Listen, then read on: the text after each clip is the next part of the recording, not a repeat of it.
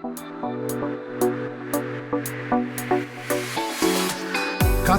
и официјално стана индиска марка. Австриските власти одобрија Bajaj Auto да ги презеде сите акции на компанијата во чие опоравување пролетва вложи 800 милиони евра.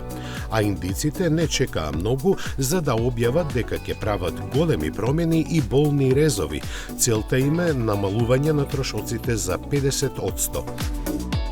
Најмногу ќе страдаат развојот и спортското оделение, но и работниците, затоа што новите сопственици сметаат дека производството на моторцикли во Европа е неперспективно.